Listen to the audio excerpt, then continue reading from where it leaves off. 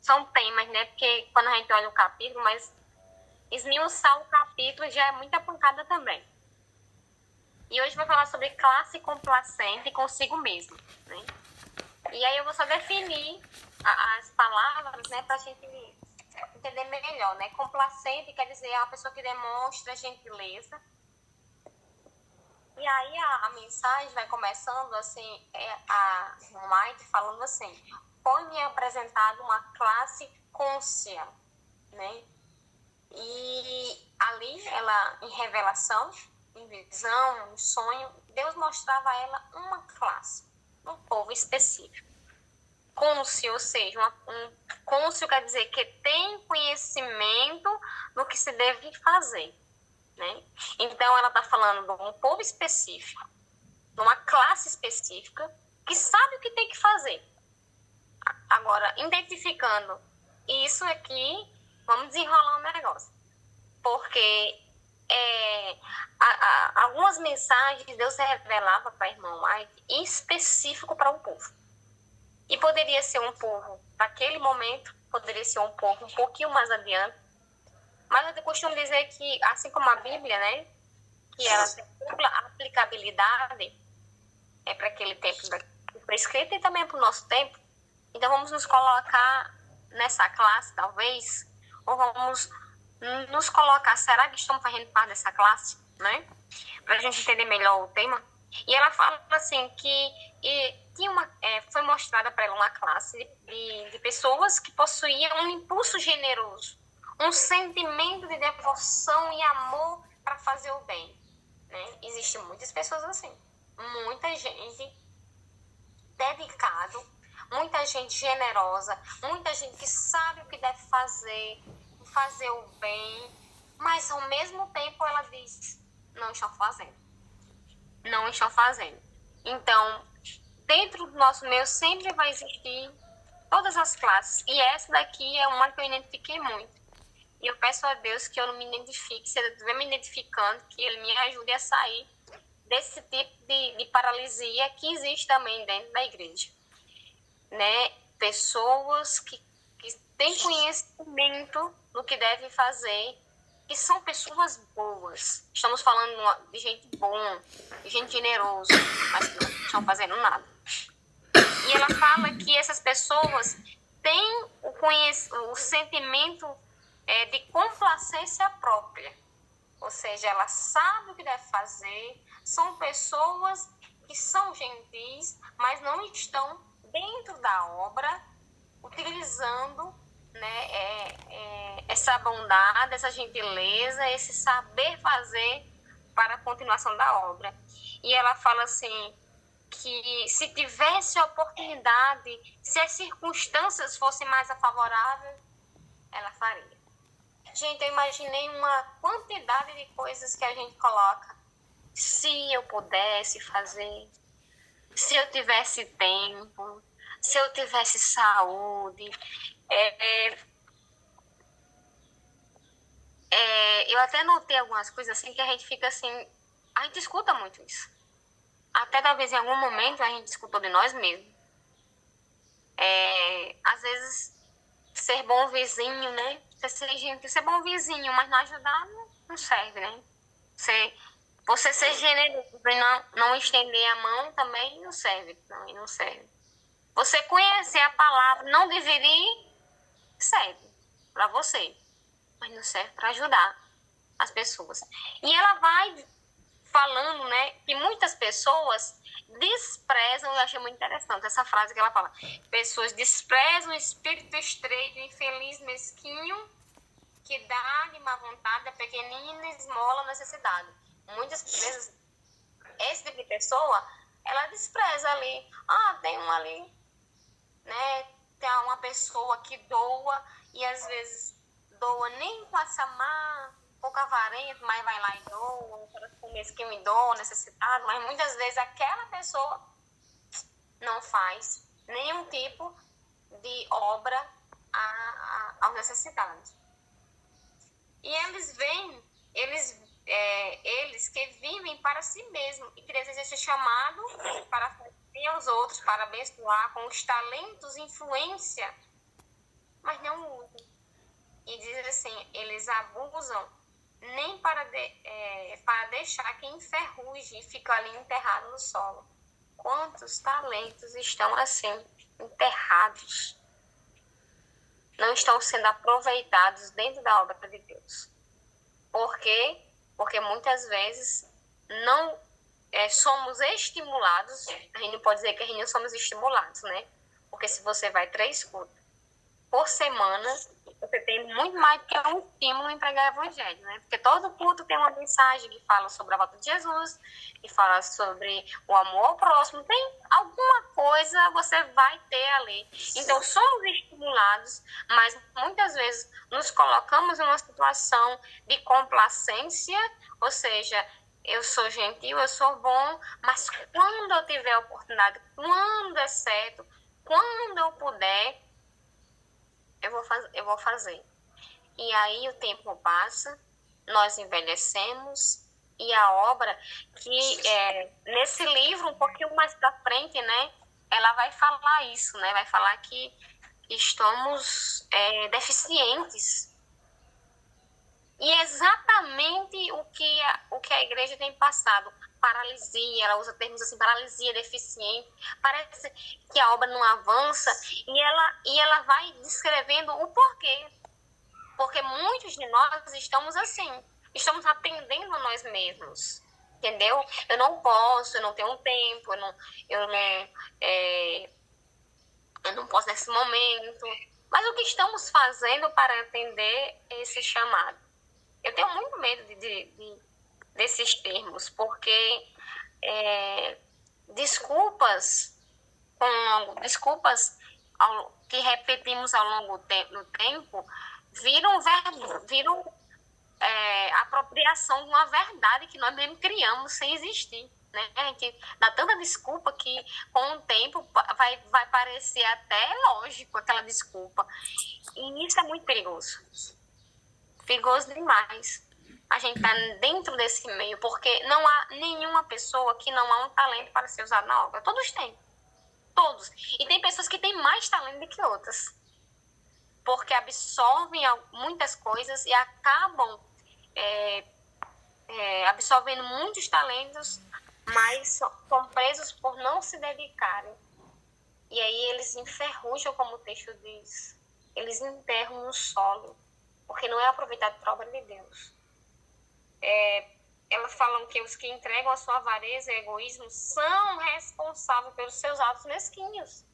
É muito bom a gente usar, talvez marcar aí, essa questão de somos responsáveis.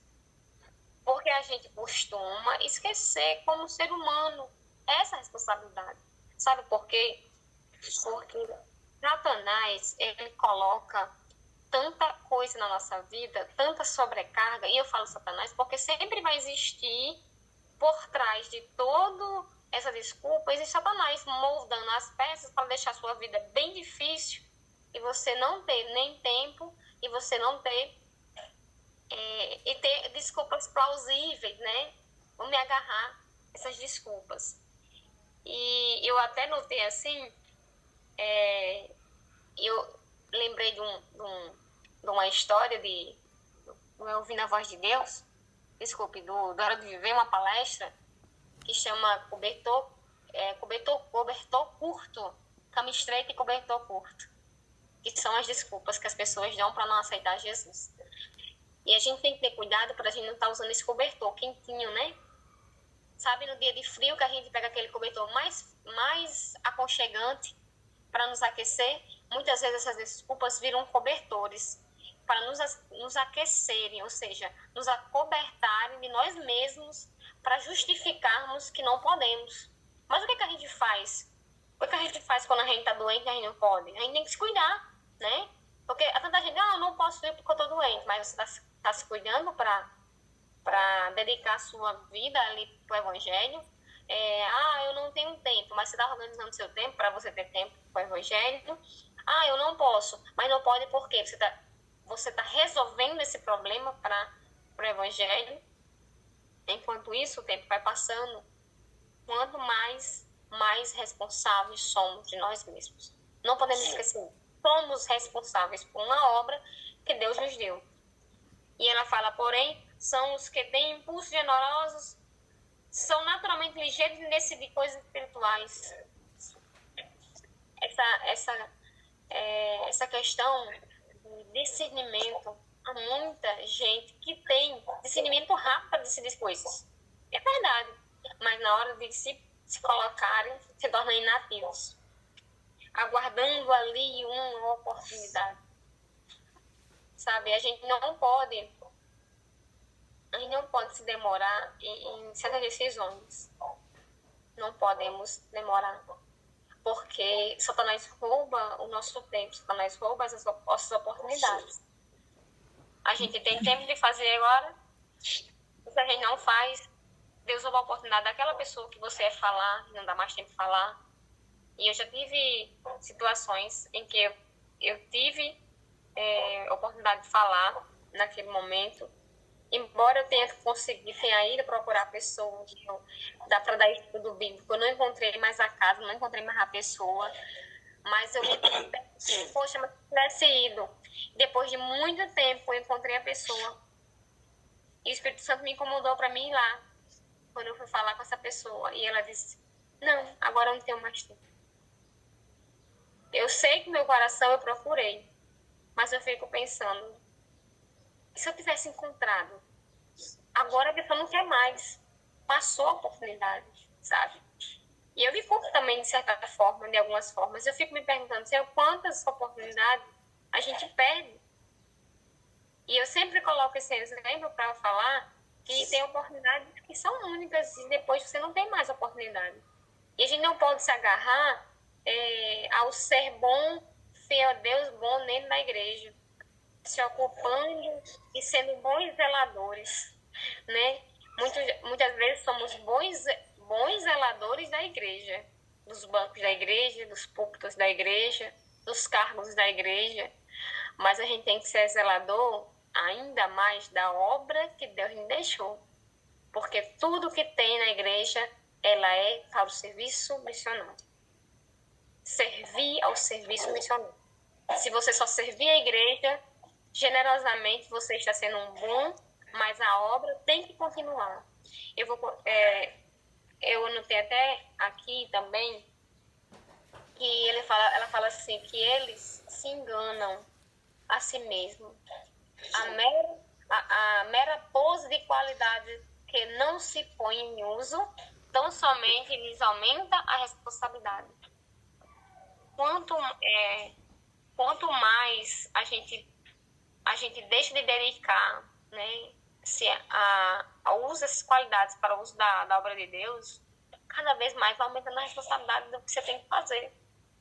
Então, somos bons pregadores, somos bons cantores, somos bons evangelistas, somos bons obreiros, somos bons irmãos. Tem muita gente boa dentro da igreja, muita gente generosa, mas e o evangelho? E a pregação? E os teus talentos? Quando irão ser honrados? Que oportunidade é essa que estamos esperando para pregar o evangelho? A oportunidade é hoje. A gente não pode esperar uma grande oportunidade aparecer, Deus te tirar a força ali para colocar. Temos a oportunidade todos os dias de falar de Deus, isso é verdade. Num banco, numa fila, e isso são as oportunidades. Então a gente não pode cair nesse erro, porque a irmã Aida, a profeta, viu esse tipo de classe, e ela existe. Ela existe demais, em todos os lugares, esperando ali um momento que não existe. Momento é você se permitir ser usada por Deus. E ela vai terminando dizendo assim, essas pessoas deixam de ser aproveitadas, entesourando os talentos do Senhor. Não é nosso, não. Porque esses talentos não são nossos, são para o Senhor. Tudo que você tem é para o Senhor. A gente está numa corrida, num relógio que só aumenta, que só diminui o nosso tempo, e a gente entesourando. E ela diz assim, seu estado não é melhor do que os seus semelhantes, por cuja alma sentem tanto desprezo. Às vezes, esse tipo de classe olha para outras classes e vê ali, às vezes até menospreza. Mas tem classe aí que no conceito de muitos pode não tá sendo um bom conceito lá, mas Deus está usando essas pessoas. Elas estão pregando o evangelho. Aqueles irmãozinhos que não dá nada por eles estão lá, falando, pregando. E nós?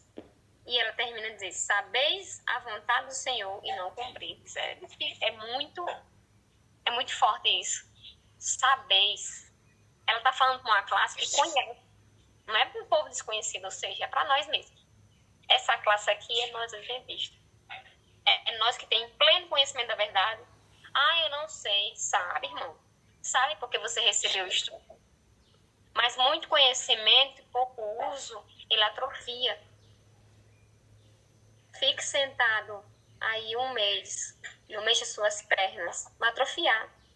Quando você for utilizar elas vão estar com dificuldade de andar. A gente atrofia essa mensagem, a gente paralisa.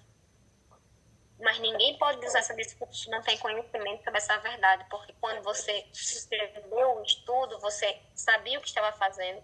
Quando você assinou sua ficha batismal, você começou a falar alguns prometos, né? Prometo não comer isso, prometo não usar isso, prometo não fazer aquilo. E aí, irmãos? Então, que Deus tenha misericórdia da gente. Que essa leitura desse livro nos ajude a despertar. Que a gente não possa ser essa classe complacente. Essa classe que tem muita boa vontade, muito generoso. Sabe, tem um ditado popular, eu não vou terminar ele, eu achei ele muito forte. Mas todo mundo vai conhecer. Diz assim, que de boa intenção, né? Que de boa intenção a gente sabe o que tá, né? Cheio. A gente não pode usar só boas intenções e viver consigo mesmo com essa generosidade sem utilidade. Vamos partir para a obra. Vamos usar os talentos que Deus nos deu. Não vamos ficar inativos com um chamado tão grande como esse. Então, o meu desejo essa manhã é que Deus desperte a gente para uma verdade tão presente em nossos corações e não se sinta incapacitado. Não deixe que Satanás lhe incapacite. Não espere uma oportunidade. Hoje é a oportunidade. E não espere o tempo, o relógio de Deus acabar. E nem o nosso, para tentar fazer uma obra que tem que ser feita hoje.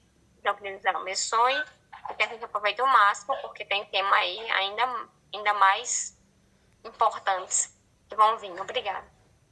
Quero encerrar com a oração nesse momento. Querido Pai, grandioso Deus, muito obrigado, Senhor Deus, pela oportunidade de falar de Ti. Ajuda-nos, Senhor Deus. Perdoa, Senhor Deus, nossa inatividade. Perdoa a minha inatividade, Senhor Deus.